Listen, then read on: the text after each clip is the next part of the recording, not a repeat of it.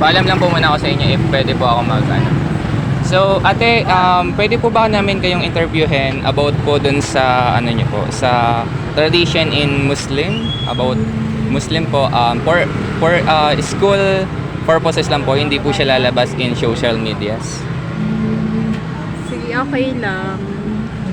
Ito po yung, unang tanong po, can you describe how your faith influence your daily life and personal values, or pwede mo bang ilarawan kung paano naapektuhan ng inyong pananampalataya ang iyong araw-araw na buhay at personal na mga pagpapahalaga? Okay, personally kasi syempre nandito ako sa ibang area, tapos I'm wearing hijab, ganun. Okay naman siya for me kasi parang yes, tao naman kami. Parang okay lang. Wala namang pinagbago yun sa ibang religion. So, go lang. Wala namang problema yun. So, eto pa po. Second question po. What are some common misconception about Islam that you often encounter, and how do you address them? Ano ang mga karaniwang maling akala tungkol sa Islam na madalas mong naririnig at paano mo ito tinutugunan? Kasi nag-aral ako dito from LM. So, ang nakikita kong naka-highlight talaga pag sinabing Muslim yan, ayun, ganyan, terrorist talaga yung diba, parang ganun talaga yung naririnig natin. Opo. Pero for me, para ma-address natin yun, hindi lahat. Like, ayun kasi naka-highlight to sa word na Muslim, diba? So, hindi siya naka-highlight na terrorist talaga. So, para ma-address natin yun, wag na lang tayong maniwala sa kung saan-saan lang.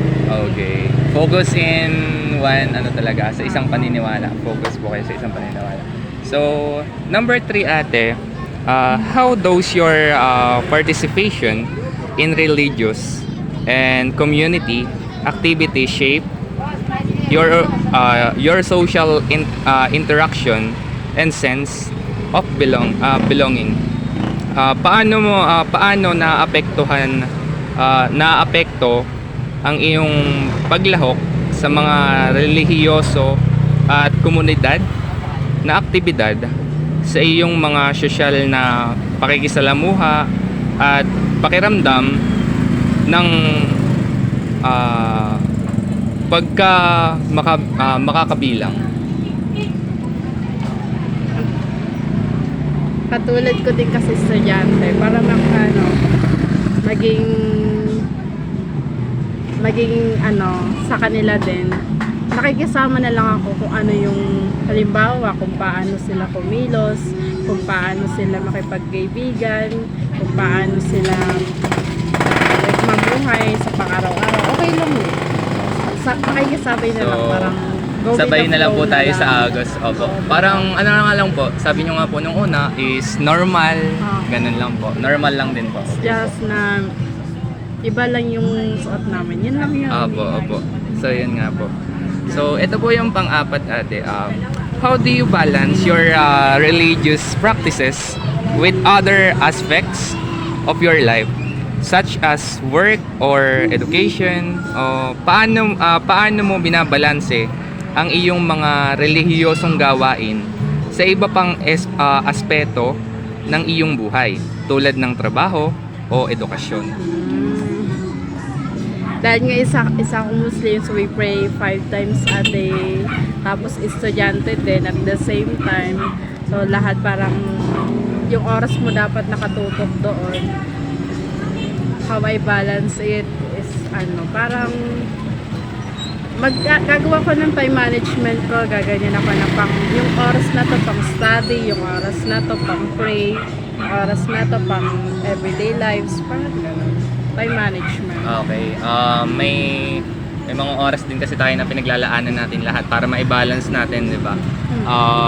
Yung pag-aaral, syempre, ang unang inaalas natin ng mga magulang natin is makapagtapos tayo ng pag-aaral. Like katulad po namin, kaya po namin kayo gustong interviewin para po makapasa po kami. para po mag-grades po kami. So, ate, and the last question, what changes would you like to see in how Islam is represented or understood in broader society?